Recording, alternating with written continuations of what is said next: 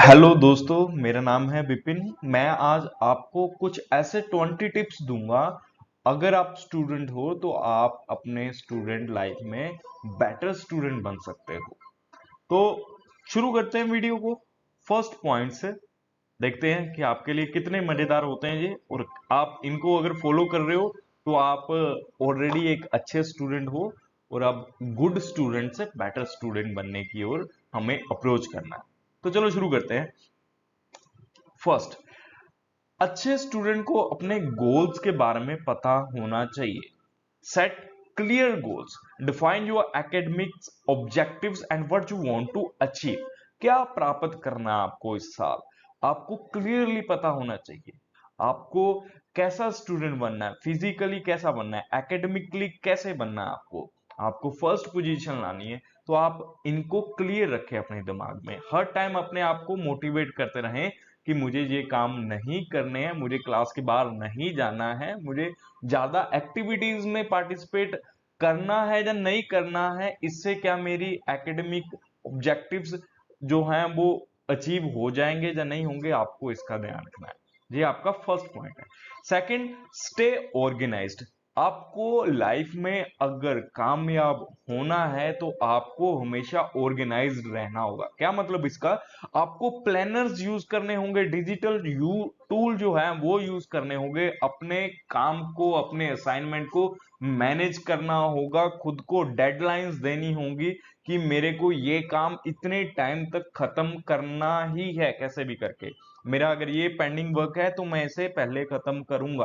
अपने आप को ऑर्गेनाइज रखें, अपने चीजों को प्लानिंग के अकॉर्डिंग ही करें। आपको खेलने जाना है, उसका एक प्लान सेट कर रहे हैं, आपको कितने टाइम कौन सी गेम खेलनी है, कौन सी बुक रीड करनी है, कौन से क्वेश्चन सोल्व करने हैं, ये सब आपके प्लान के अंदर होने चाहिए। अगर आप अपना काम प्लानिंग से करोगे तो मुझे यकीन है कि आप उनको अचीव भी कर पाओगे, उनको कंप्लीट भी कर पाओगे।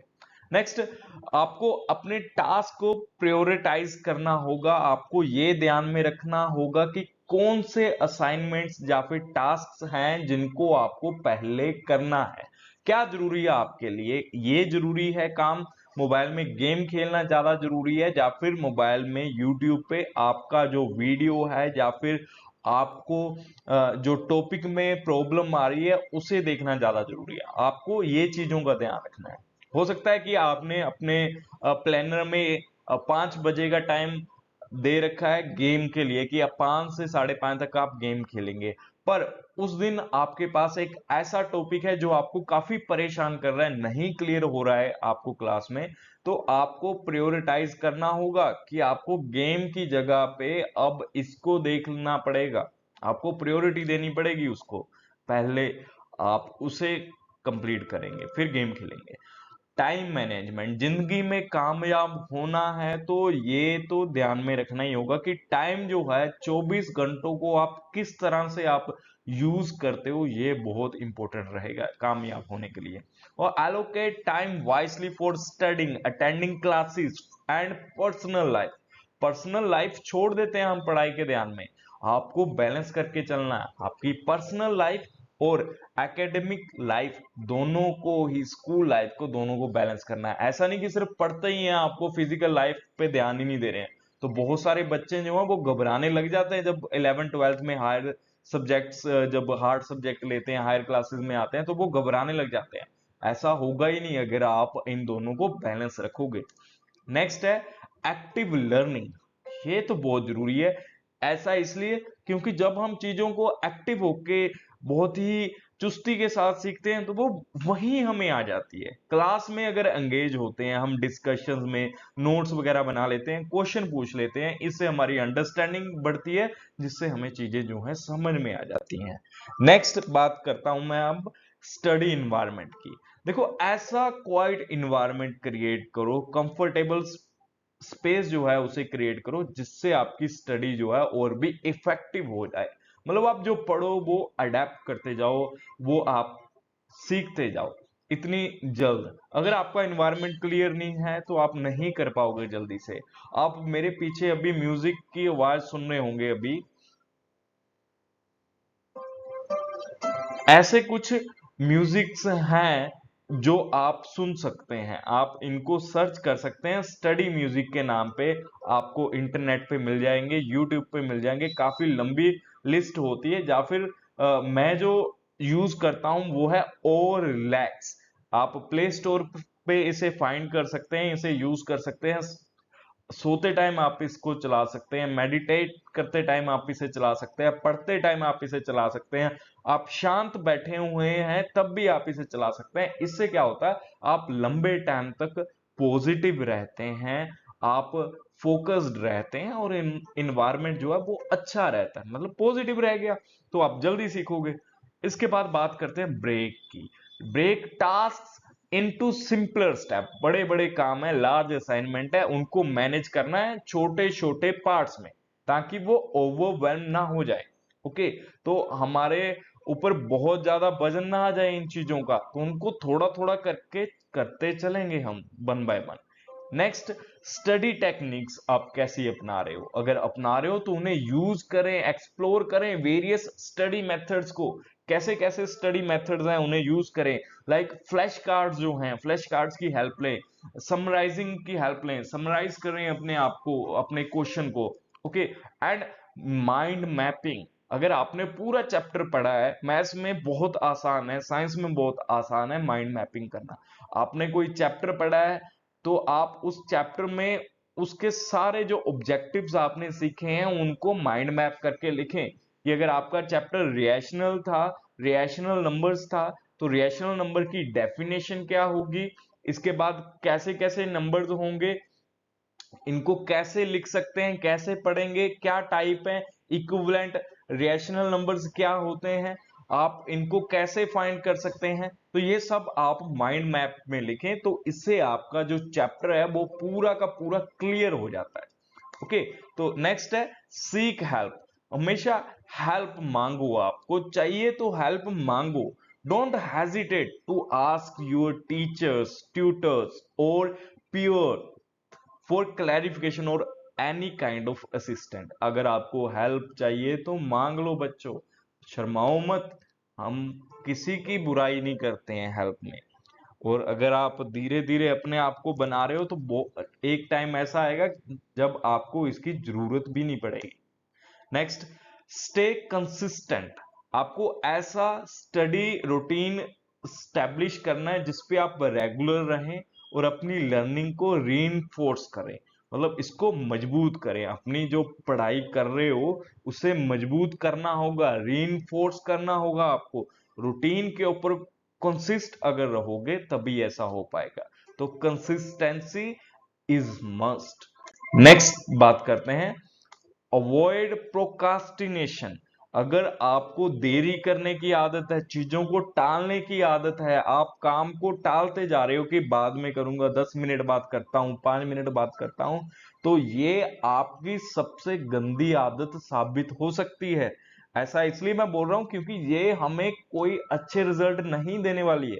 आपको इसे अवॉइड करना होगा। आप चाहे आप किसी वर्किंग प्रोफेशन में हैं, चाहे आप एक स्टूडेंट हैं, चाहे आप डेली लाइफ में ही कोई काम क्यों नहीं कर रहे हो, आपको इस चीज का ध्यान रखना है कि चीजों को टाले नहीं। जो काम करना है उसे करके खत्म करना है। As a student start task early, जल्दी शुरू करो।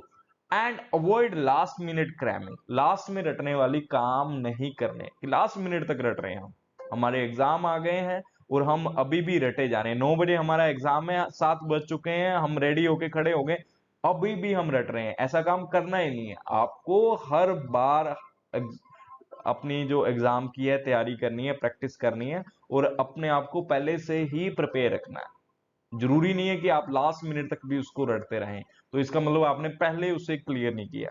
ओके, तो नेक्स्ट है स्टे हेल्दी। चाहे आप कुछ भी कर रहे हो, हेल्दी होना बहुत ज्यादा जरूरी है। एडुकेट स्लीप लें। ओके, एक प्रॉपर अमाउंट में स्लीप लें, एक्सरसाइज करें। इवनिंग और मॉर्निंग दोनों टाइम में कोई एक टाइम आप सिलेक्ट कर लें जिसमें आप एक्सरसाइज कर सकते हैं। आप जरूरी नहीं है कि हफ्ते के 7 दिन ही एक्सरसाइज करें, 4 दिन रख लें, 3 दिन रख लें, फिर इसको धीरे धीरे बढ़ाते जाएं। धीरे धीरे 6 दिन तक लेके जाएं और 7 दिन तक लेके जाएं। संडे की अगर आप रेस्ट रखना चाहें तो रख सकते हैं। और जो अच्छे बच्चे होते हैं वो संडे के दिन ज्यादा एक्सरसाइज करते हैं क्योंकि उस दिन फ्री होते हैं। तो आपको इन चीजों को बैलेंस करना है, आपको मेंटेन करना है बैलेंस डाइट को फॉर ऑप्टिमल ब्रेन फंक्शन, ताकि आपका जो ब्रेन है वो सर्वोत्तम तरह से काम करे, अच्छे लेवल से अपने बेस्ट लेवल पे जाके काम करे। तो उसके लिए बैलेंस डाइट जो है वो आपको लेनी होगी, ऐसी चीजें खानी होगी जो आपके दिमाग के लिए सही है। इसका मतलब ये नहीं कि आप बादाम खाने लग जाओ, सिर्फ बादाम के ऊपर डिपेंड हो जाओ, नहीं, आपको बैलेंस रखना होगा। Next, limit distraction. देखो चीजें हमें डिस्ट्रैक्ट बहुत आसानी से कर लेती हैं, डिस्ट्रैक्शन से बचना है, मिनिमाइज करना है इंटरप्शंस को। आपके पास डिवाइसेस हो सकते हैं, laptop, computer, mobile phone, TV, ये आपको डिस्ट्रैक्ट कर सकते हैं। ये हमारे काम में इनको प्रॉपर अगर हमें यूज करना नहीं आता है तो ये हमें डिस्ट्रैक्ट ही करेंगे, हमें भटका देंगे हमारे जो एम है उससे। हम अपने आप को सेट करने के लिए हमें इनको लिमिट में यूज करना होगा। तो सोशल मीडिया जब आप पढ़ रहे हो उसको बंद रखें, मत यूज करें उसे। नेक्स्ट बात करते हैं टेक ब्रेक्स। आपको शॉर्ट ब्रेक लेने होंगे, बहुत जरूरी है। मैंने पोमोडेरो नाम की टेक्निक के बारे में भी बात किया था। आप अगर उसकी हेल्प से, पोमोडेरो की हेल्प से अपनी स्टडी को कंप्लीट करते हो, पहले 25 मिनट पढ़ते हो, फिर 5 मिनट का गैप लेते हो, ब्रेक लेते हो, इससे क्या होगा, आपका जो फोकस है वो इंप्रूव होगा, आपकी जो रिटेंशन है वो इंप्रूव होगी, और आप लंबे टाइम तक टिक के बैठ के फोकस्ड होके पढ़ पाओगे। तो आपको ब्रेक्स लेने जरूरी है। नेक्स्ट, अपने जो आपने नोट्स बनाए हैं इनको रिव्यू करें रेगुलरली, पीरियोडिकली आप रिविजिट करें प्रीवियस मटेरियल्स पे, और उन्हें रीइंफोर्स करें, अपनी नॉलेज को और मजबूत करें। अगर आप टाइम टू टाइम वापस जाके अपने रिव्यूज को अपने टॉपिक्स को रिव्यू करें, तो वापस जाएं, चेक करें कि आज सैटरडे है तो सैटरडे के दिन मैं इन चैप्टर्स को वापस से पढ़ने वाला हूं, आज मैं आगे नहीं पढ़ूंगा। अगर मैंने 2 चैप्टर किए हैं तो मैं 3rd चैप्टर पे नहीं जाऊंगा, मैं सैटरडे का दिन सिर्फ इन चैप्टर्स को ही रिवाइज करूंगा, रिव्यू करूंगा। इससे हमारी नॉलेज जो है री इनफोर्स हो जाती है और भी ज्यादा मजबूत हो जाती है। और प्रैक्टिस प्रॉब्लम सॉल्विंग जो है हमें अडेप्ट करना होगा, apply what you have learn through practice problem and exercises. जो फॉर्मूलाज आपने सीखे हैं उन्हें अप्लाई करें क्वेश्चंस के ऊपर, एक्सरसाइजेस के ऊपर, प्रॉब्लम्स प्रैक्टिस करें उनकी और सीखने के लिए। स्टे पॉजिटिव, कैसी भी लाइफ चल रही हो, अच्छी चल रही हो, बुरी चल रही हो, अपने आप को पॉजिटिव बनाए रखें, मेंटेन अ ग्रोथ माइंडसेट जिसमें आप आगे बढ़ने का ही सोचें, and believe in your abilities to improve, अपने इम्प्रूवमेंट के ऊपर काम करें, अपनी एबिलिटीज को इम्प्रूव करें, सीखें और बेहतर सीखें। अगर कोई एक कर सकता है तो आप भी कर सकते हैं। तो इस चीज का ध्यान रखें, अगर आप किसी काम को पसंद करते हैं तो उसे प्रैक्टिस करें और अपने आप को उस लेवल तक लेके जाएं कि आप भी सीख पाओ। एंड जो स्टडी ग्रुप्स हैं उन्हें ज्वाइन करें, ऐसे स्टडी ग्रुप्स बनाएं जिनको आप ज्वाइन कर सकें, कोलैबोरेट करें with the peers. This can enhance understanding and motivation. इससे क्या होगा, जब आप अपने पीयर, अपने साथियों के साथ बैठ के पढ़ोगे, आपको पता चलेगा कि आपको कितना आता है। डिस्कस करने से और भी ज्यादा चीजें क्लियर हो जाती हैं। एक्सप्लेन करें, उन्हें पढ़ाएं, उन्हें बताएं, इससे अंडरस्टैंडिंग बढ़ती है। तो हमें जो स्टडी ग्रुप्स हैं उन्हें जरूर बनाना चाहिए, उन्हें जरूर मेंटेन करना चाहिए। लास्ट, सेकंड लास्ट जो है, स्ट्रेस सबको आएगा जिंदगी में, हर कोई स्ट्रेस रखता ही है अगर कोई काम करता है। तो आपको रिलैक्सेशन टेक्निक्स जो है सीख लेनी चाहिए अभी। आप स्टूडेंट्स हो, बहुत कम एज के हो, तो आपको अभी के अभी टेक्निक्स कुछ ऐसी सीख लेनी चाहिए जो आपको रिलैक्स रखने में हेल्प करें, आपको रिलैक्स रखें, ताकि आप जो है अपने आप को कम से कम स्ट्रेस में पाएं। और इसके लिए आप डीप ब्रीथिंग कर सकते हैं, मेडिटेशन कर सकते हैं। आप बहुत आसानी से अपने आप को काम रख सकते हैं हर सिचुएशन में। Last point, reward yourself. आपने कोई अचीवमेंट ली है, उसको सेलिब्रेट करना बहुत जरूरी है, जिससे आप अपने आप को मोटिवेटेड रखोगे। Reward your hard work. आपने हार्ड वर्क किया है तो उसको रिवॉर्ड जरूर करें, अपने आप के लिए क्लैप कर दे। मैंने कुछ बच्चों को, कुछ लोगों को देखा है जो अपनी पीठ खुद ही थपथपा लेते हैं, कोई आसपास नहीं होता, अपनी पीठ थपथपा के अपने आप को ही शाबाश दे देते हैं। आपको करना होगा, इससे आप मोटिवेटेड रहोगे, आप रिवॉर्ड दोगे तो आपका डोपामाइन जो माइंड का केमिकल है, जिसका सारा खेल है, वो आपको खुश करेगा रिवॉर्ड मिलने पे। तो आपको वो करना ही होगा, अपने आप को रिवॉर्ड दें, पॉजिटिव रखें। तो ये मेरे कुछ ऐसे 20 टिप्स हैं जो आपको नॉर्मल स्टूडेंट से गुड स्टूडेंट और गुड से बेटर, बेटर से best student, perfect ideal student बना सकते हैं। धीरे धीरे इनके ऊपर काम करें, इनको अपने इन पॉइंट्स को अपने रूम में लिख लें कि आपको क्या क्या करना है और कैसे कैसे करना है। किसी पेज के ऊपर लिख के अपने रूम पे चिपका लें इसे, किसी दीवार पे, ऐसी दीवार पे जिसके आगे आपको रोज जाना होता है।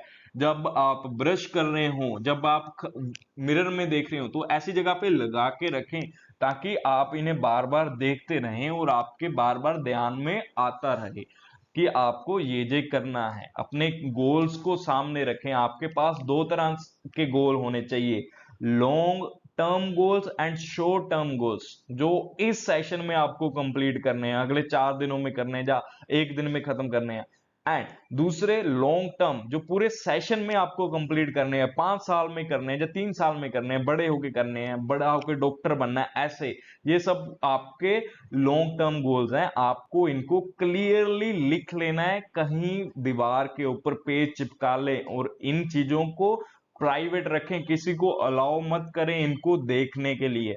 अपने रूम में इनको प्राइवेटली, प्राइवेसी के साथ मेंटेन करें और इनके ऊपर काम करें, क्योंकि जब आप अपने गोल्स बता देते हो तो हम उनको पूरे अच्छे तरीके से कवर नहीं कर पाते हैं। तो आपको ध्यान रखना है, अपने गोल्स छिपा के धीरे धीरे काम करते रहना है, ताकि जो आपका हार्ड वर्क है वो बोले, आपकी जुबान से ज्यादा आपका हार्ड वर्क बोले। तो ये थे मेरे कुछ 20 टिप्स। आपको अच्छे लगे हों तो अपने बच्चों के साथ शेयर करें। आपके बच्चे नहीं है, आप खुद बच्चे हो, तो इनको ट्राई करें अपनी लाइफ में अडॉप्ट करने के लिए, और अपने फ्रेंड्स के साथ जरूर शेयर करें, क्योंकि हो सकता है उनको इनकी जरूरत आपसे ज्यादा हो, क्योंकि शायद वो गुड बच्चे ना हो, गुड स्टूडेंट ना हो, वो बनना चाहते हो, तो आपको उनकी हेल्प करनी है। मिलते हैं नेक्स्ट वीडियो में, तब तक के लिए बाय बाय।